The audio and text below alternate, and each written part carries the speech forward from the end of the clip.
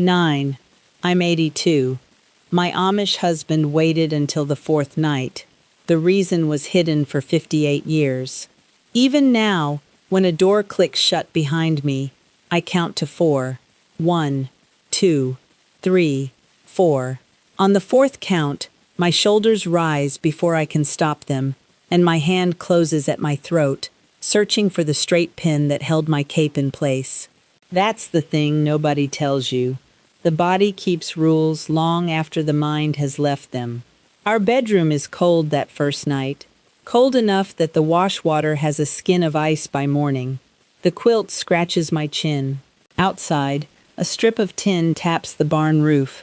3 quick knocks, then silence, and Jacob sits on the cedar chest, pulling the seam of his left sleeve until the thread curls around his finger. He doesn't come near me. Not that night. Not the next. By the third night, I think I've failed as a wife, though no one has ever told me what a wife is meant to do. I remember... No, wait. It's the second night I cry into the pillow.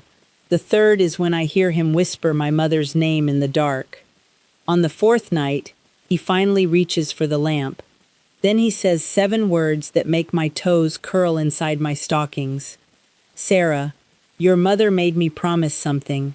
I don't learn the reason for 58 years. After Jacob is gone, and a folded note falls from the lining of his black Sunday coat. I'm 82 when I read it. Quick pause. I'm Sarah, and this is Rebecca Amish Homie. If these stories stay with you, subscribe. It's free, and it lets me keep telling them. Tell me below, what truth did silence keep from you?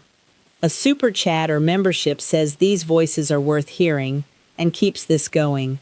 Now, back to what happened.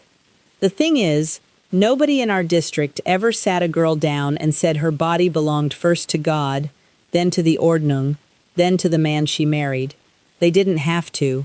I learned it in the way Aunt Miriam lowered her eyes when a bishop entered the wash house, and in the way Mama tugged my sleeves down if my wrists showed while I kneaded dough. The Ordnung was the order of things, though no one handed me a list. It lived in hymns, lowered voices, and questions that made a room go still. On baptism Sundays, men sat on one side of the meeting house, and women on the other, the pine benches worn smooth by backs that knew where to bend. I was 14 when I understood one hard fact without anyone saying it. A good girl could be praised for obedience before she knew what she was agreeing to. That's the thing nobody tells you. Silence can teach better than words. It shaped the little parts first. I wouldn't reach across a man's plate. I wouldn't say Jacob's name too warmly before we were promised. I wouldn't ask why married women sometimes winced when they climbed into the buggy after church. Once, at 16, I saw my cousin Lena behind the smokehouse with both hands pressed against the boards, breathing like she'd run from a fire. I almost asked what was wrong. Then her mother came around the corner, gave her one look, and Lena straightened her cap, wiped her face with her palm, and said she'd gotten ash in her eye. There wasn't any ash. The smokehouse hadn't been used that day. But you learn. Questions could make trouble, and trouble could stain a girl's name faster than beet juice on a white apron.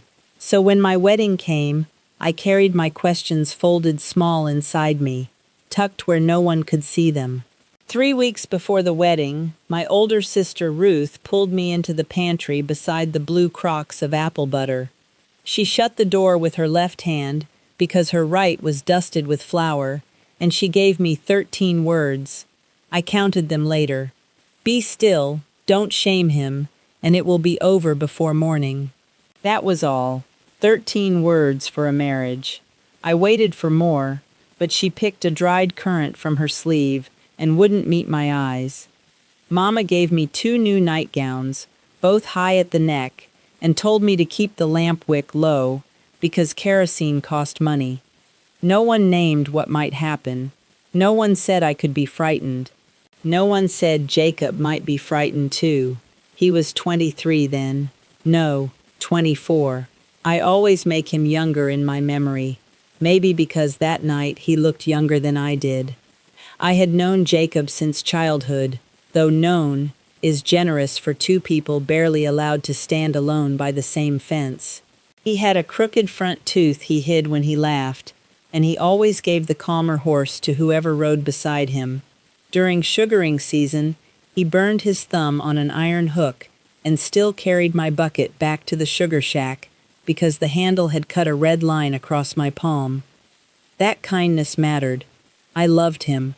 I think I loved him. I don't know if I knew what love was, but I trusted the way he moved slowly around skittish animals. He trusted me with small things too, like the fact that Thunder knotted his stomach because a bolt had split his father's elm when he was 9. I thought a man who feared thunder would understand fear. Maybe he did. Maybe that's why he waited. The days before the wedding were packed so tightly there was no room for thought. Women rolled noodles on the long table in Bishop Amos's wash kitchen, the one with a cracked window patched by brown paper and lard. Mary, my closest friend, tied parsley with blue thread and said marriage made a woman settled. Then she bit the thread and looked away. Ruth showed me how to stack my hairpins in a saucer so I wouldn't lose them in the dark, but never said why my hands might shake. Mama scrubbed Jacob's wedding collar with homemade lye soap until her knuckles went pink. I wanted to ask what she had made him promise. I opened my mouth while we pinned my black apron, but she pushed the last pin through the cloth and said, "A wife mustn't begin with doubt." So I swallowed the question. By the 4th night, it had grown teeth. The room smells of cedar, cold ashes, and lavender tucked beneath the sheets. The lamp on the washstand throws a weak yellow circle that doesn't reach the corners, and the flame bends when wind slips through the window frame. I'm wearing the white nightgown with 3 shell buttons at the throat. One button is chipped, though I keep rubbing it as if I can smooth it whole. Jacob sits on the cedar chest, his boots beneath him with the toes pointing out, neat as church shoes. Outside, a horse stamps once in the lean-to, and the tin strip on the barn roof taps 3 times. The room is so cold, my breath shows when I turn toward the lamp. He keeps pulling at the seam on his left sleeve. Over and over, he looks like a lost boy waiting to be told which road leads home. "I don't know how," he says, and the words fall between us and stay there. I'm beside the bed with both hands around the bedpost, feeling the carved maple ridge press into my palm. "Neither do I say, though my voice comes out thin." He looks at the door as if someone might enter with instructions.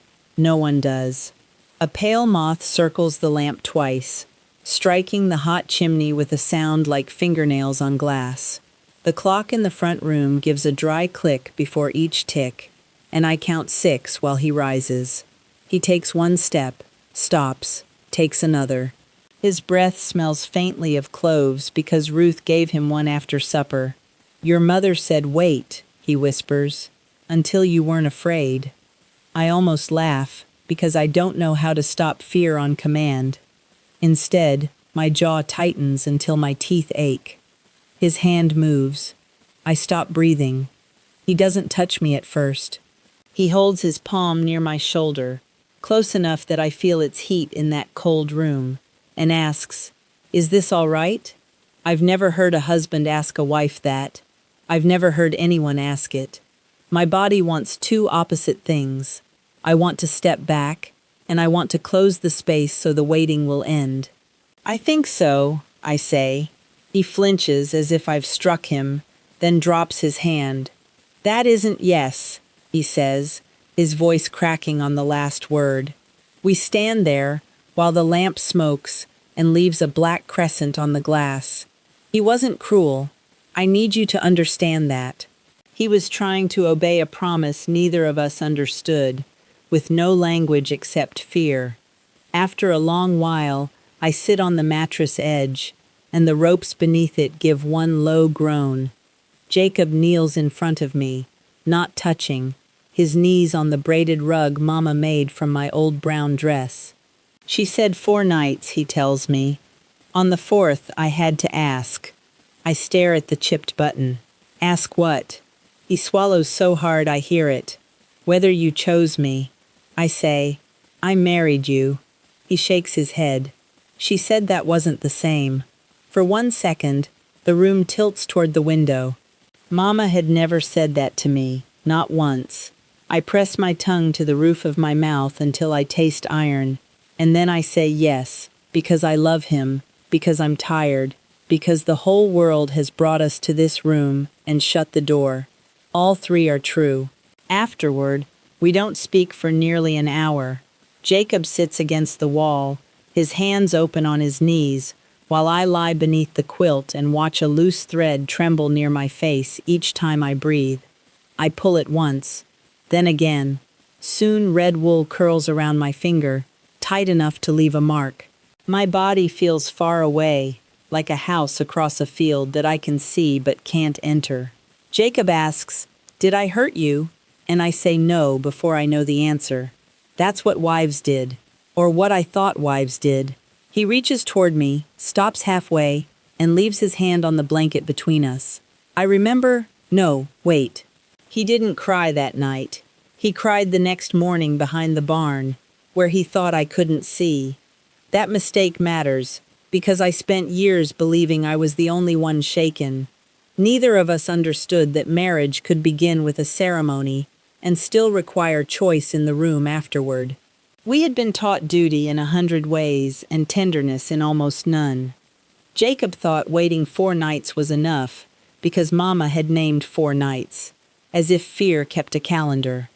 I thought saying yes while my body went rigid was simply the cost of being a good wife. And here is the fact I carried for 58 years.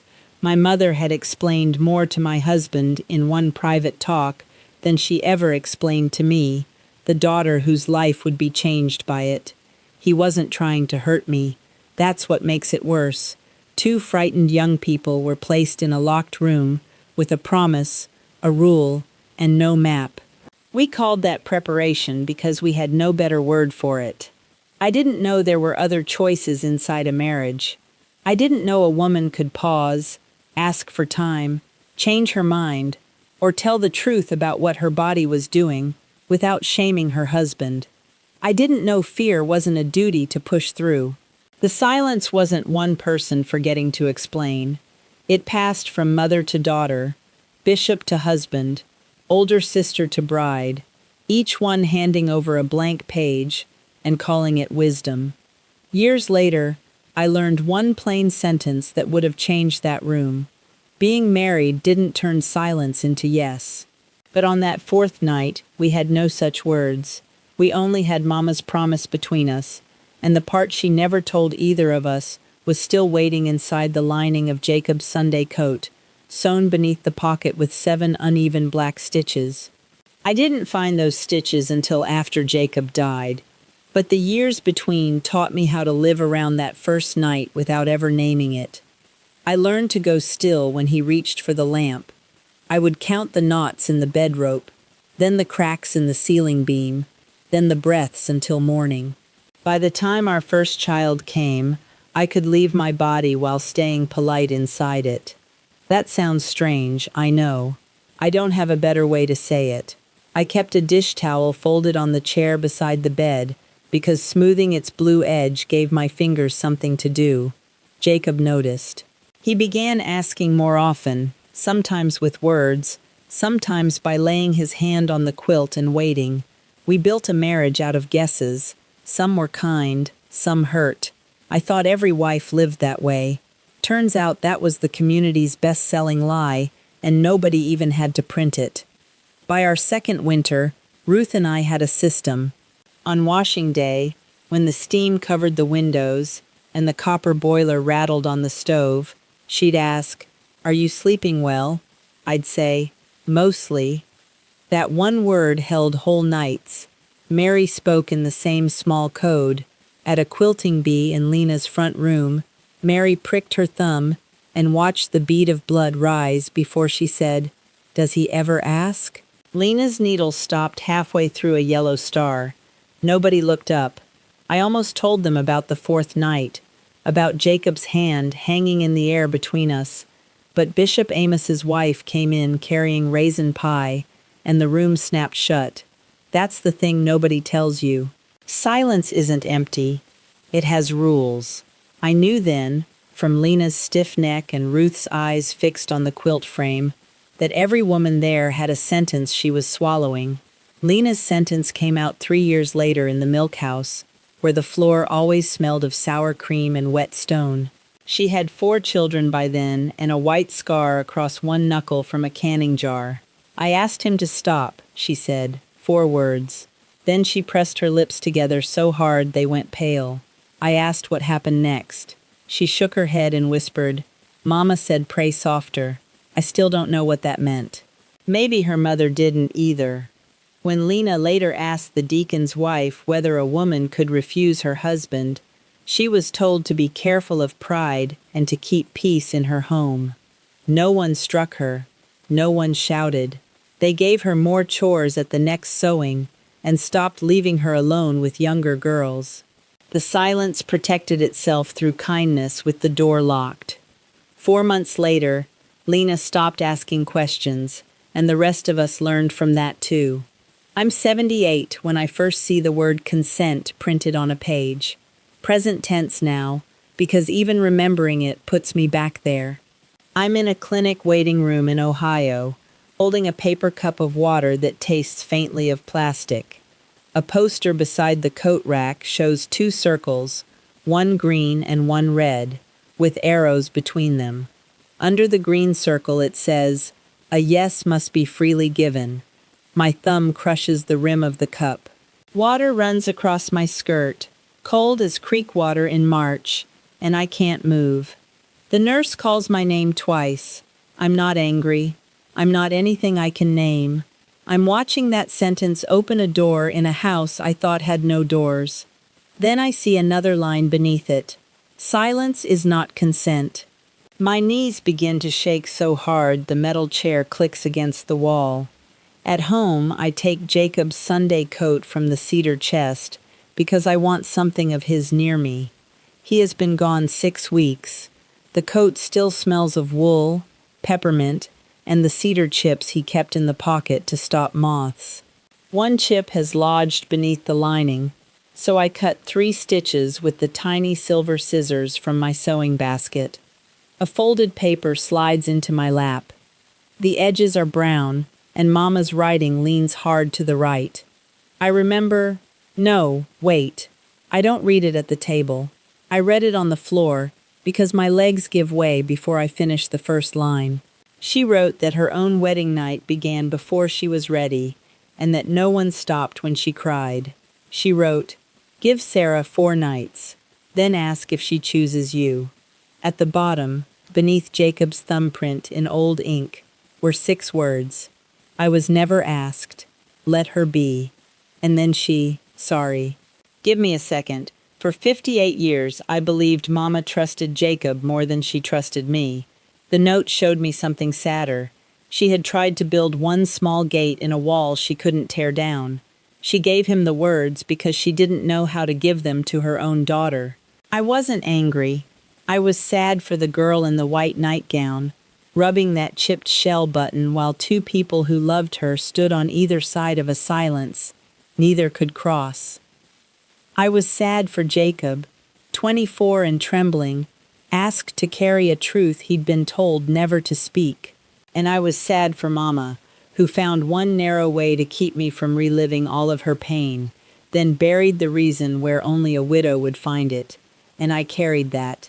I still carry it. I tried to explain the note once to a woman from outside our community. We were sitting in a diner with red vinyl seats, and the sugar jar had a bent lid that wouldn't close. She listened, then said, "At least your mother tried." She meant comfort. I know she did. But the words landed like a plate set down too hard. Yes, Mama tried. And yes, her trying still left me alone in that room, with no word for my own fear. Both things are true. What I grieved wasn't only what happened. I grieved what might have happened instead. A mother sitting beside me on the porch swing, saying my body was mine. A husband taught that love could wait more than 4 nights. a young wife allowed to speak without turning her fear into someone else's shame. I belonged to a world that understood the wound, but wouldn't name it, and entered a world that knew the name but not the weight. Still, I won't lie about what I miss. I miss horses breathing clouds into the dark before dawn, their harness bells giving one soft shake when Papa opened the barn. I miss bread from the wood oven, the crust blistered and nearly black at one corner, with apple butter melting into the first hot slice. And I miss my grandmother's hands when she prayed, the blue veins raised like little rivers beneath skin that smelled of beeswax and rosemary. Those things were real, lasting gifts. They taught me patience, work, and the kind of attention that notices when a hen has gone quiet or a child is pretending not to cry. I am homesick for a place that hurt me. I can say that now without feeling foolish. Beauty doesn't erase harm. Harm doesn't make every beautiful thing a lie. What harmed us was silence dressed as goodness. 5 words, and I wish I'd had them at 24. But I don't want to tear every memory down just to prove I survived the house. I still mend socks instead of throwing them out. I still hum the same old German hymn when rain starts, though I no longer believe every rule that came wrapped inside it. I keep Mama's note in a plain envelope, not because I forgive the silence, and not because I condemn her. I keep it because her cramped handwriting is proof that even inside a hard system, she reached toward me. Not far enough, but she reached. Now I'm building a life where girls are told the names of things before those things happen, where a wife can pause without punishment, and where love isn't measured by how quietly she endures. The door stays open. The answer can change. If you grew up somewhere your own body was kept from you like something dangerous, I see you. You may have learned to smile while your hands went cold, to call fear duty, or to protect people who never learned how to protect you. You survived something, and surviving is enough. You're not broken because your body remembers what your mouth was taught to hide. Your body may have known the truth before you did, and that quiet knowing deserves care, not shame. You're not cruel for naming harm inside a place you still miss.